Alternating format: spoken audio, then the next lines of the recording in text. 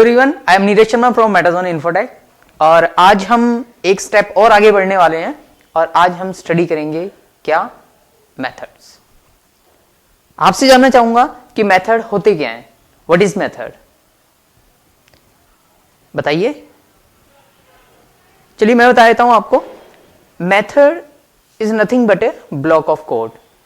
एक कोड को जब आप ग्रुप कर देते हैं तो उसे कहते हैं हम मेथड।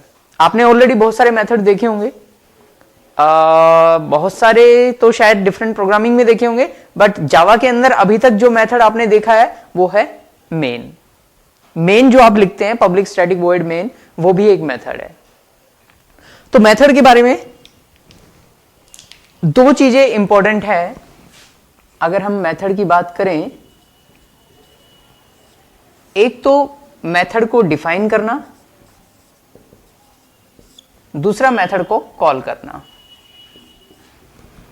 अब बताइए पहले कौन सा कवर करें, कॉल करना या डिफाइन करना? अच्छा, डिफाइन करना, ठीक है। तो पहले हम कवर करते हैं कि मेथड को डिफाइन कैसे किया जाता है, फिर देखते हैं कि कॉल कैसे करेंगे। मैंने एग्जाम्पल के लिए यहां पर एक बनाई क्लास एक्स। यहां पर method public static void main, round bracket के अंदर string square bracket ARGS round bracket close, P के नीचे curly braces start, curly braces close, class close.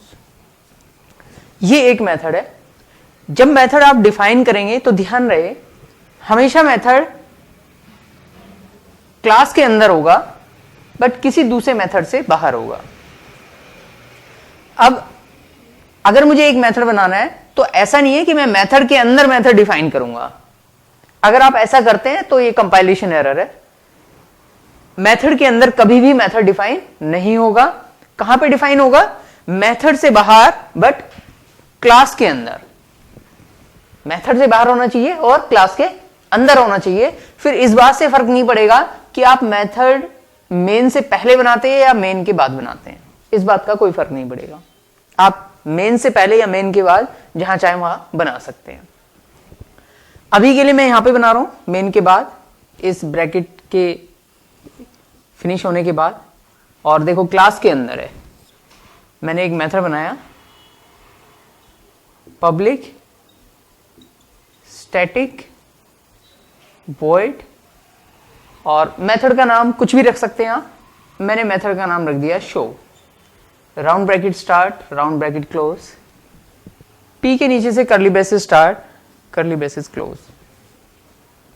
यहां पर कुछ भी कोड जो आप लिखना चाहते हैं, ब्लॉक ऑफ कोड, क्योंकि यही पढ़ा था ना, method is nothing but A block of code. तो ये हमने कोड जो लिखा दैट इज द मेथड, एक ब्लॉक के अंदर। तो ये हुआ मेथड को डिफाइन करना। अब सेकंड थिंग देखते हैं, मेथड को कॉल कैसे करेंगे। मेथड को कॉल करने के लिए मान लीजिए यहां पर आपने कुछ कोड लिखा हुआ है, ये लाइन लिखी, ये लाइन एग्जीक्यूट हुई। इन दो लाइनों के बाद मान लीजिए ये वाला टास्क आपको परफॉर्म कराना है। एक तो तरीका है कि आप इस कोड को यहां पर लिख दें, तब ये एग्जीक्यूट हो जाएगा। या फिर आप क्या कर सकते हैं, सिंपली इस मेथड को कॉल कर दें। कॉल कैसे करेंगे? कॉल करने के लिए आपको कुछ नहीं करना, सिर्फ मेथड का नाम, क्या है मेथड का नाम? शो। अपने मेथड का नाम लिखना है, राउंड ब्रैकेट लगानी है एंड सेमीकोलन, दैट्स इट। इसके अलावा यहां पर पब्लिक स्टैटिक वॉइड और कुछ नहीं आएगा। क्या आएगा? सिर्फ मेथड का नाम और राउंड ब्रैकेट एंड सेमीकोलन। जब आप ये स्टेटमेंट लिखेंगे तो होगा क्या, ये लाइन एग्जीक्यूट हुई, ये एग्जीक्यूट हुई। जैसे ही जेवीएम इस लाइन को रीड करेगा तो देखिएगा मेथड को कॉल है, कंट्रोल शिफ्ट हो जाएगा इस लाइन पर। यहां पर शिफ्ट होने के बाद इस ब्रैकेट से इस ब्रैकेट तक जो भी आपने कुछ लिखा हुआ है वो सारा एग्जीक्यूट करेगा। एग्जीक्यूट करने के बाद कंट्रोल वापस यहां से शिफ्ट हो जाएगा इसी लाइन के ऊपर। कहां शिफ्ट हो जाएगा? जहां से उसे कॉल किया था वहीं पर कंट्रोल वापस शिफ्ट हो जाएगा। इसके बाद बाकी की लाइंस एग्जीक्यूट करेगा।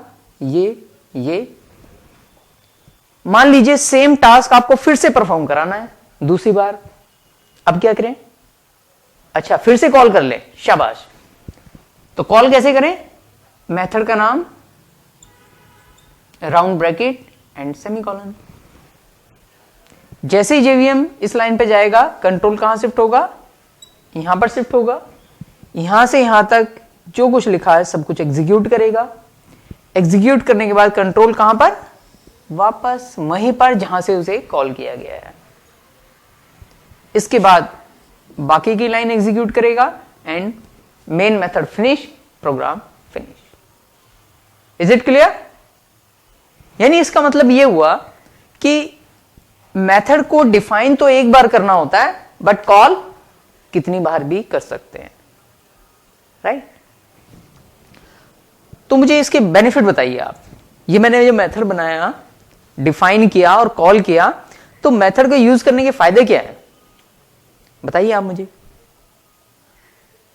ओके, ये हमारे कोडिंग को रिड्यूस कर देता है, यानी it increase the reusability. Reusability मतलब आपने एक बार कोड लिख दिया, जहां पर भी आपको इसकी जरूरत होगी आप सिर्फ मेथड को कॉल करेंगे, उस कोड को दोबारा लिखने की जरूरत नहीं है। So first benefit, it increase the reusability. और कोई benefit? Okay, it increase the readability. ये सेकंड बेनिफिट है, इट इंक्रीज द रीडेबिलिटी। कैसे? मान लीजिए आपका बहुत बड़ा कोड है, कुछ वैल्यू लेनी है यूजर से, एक्सेप्ट करनी है, कैलकुलेट करनी है और रिजल्ट डिस्प्ले करा देना है। ये 3 टास्क है मान लीजिए।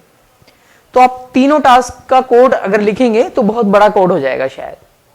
लेकिन आप क्या कर सकते हैं, इसे 3 पार्ट में डिवाइड कर सकते हैं। एक मेथड के अंदर वैल्यू एक्सेप्ट करेंगे, दूसरे के अंदर सिर्फ कैलकुलेट करेंगे और तीसरे के अंदर सिर्फ उसे डिस्प्ले करेंगे। तो यहां पर सिर्फ आपको 3 स्टेटमेंट लिखनी पड़ेगी, accept values, calculate and display. तो 3 मेथड से हमें यह पता लग जाएगा कि इस प्रोग्राम में क्या हो रहा है। ये कुछ वैल्यू एक्सेप्ट कर रहा है, कैलकुलेट कर रहा है एंड रिजल्ट को डिस्प्ले कर रहा है। तो जब आप पूरे बड़े कोड को छोटे छोटे पार्ट्स में डिवाइड कर देते हैं तो इट इंक्रीज द रीडेबिलिटी। ये सेकंड बेनिफिट हुआ। और कोई बेनिफिट? थर्ड बेनिफिट है इसका, it increase the maintainability. Maintain करना आसान हो जाता है। क्यों हो जाता है आसान?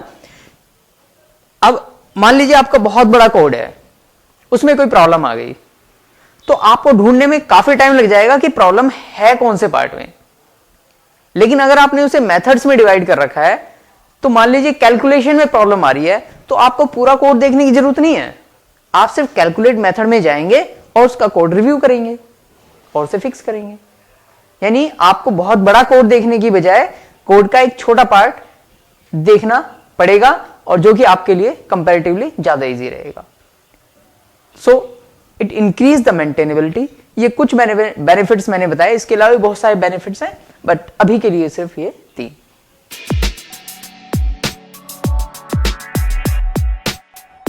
मेरे ख्याल से मेथड्स आपको क्लियर है। चलिए एक क्वेश्चन ट्राई करते हैं, आपने इसका सॉल्यूशन फाइंड आउट करना है, राइट?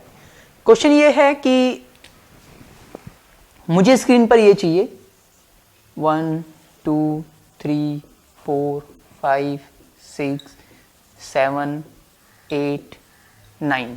ये 9 स्टार्स हैं 1 रो के अंदर।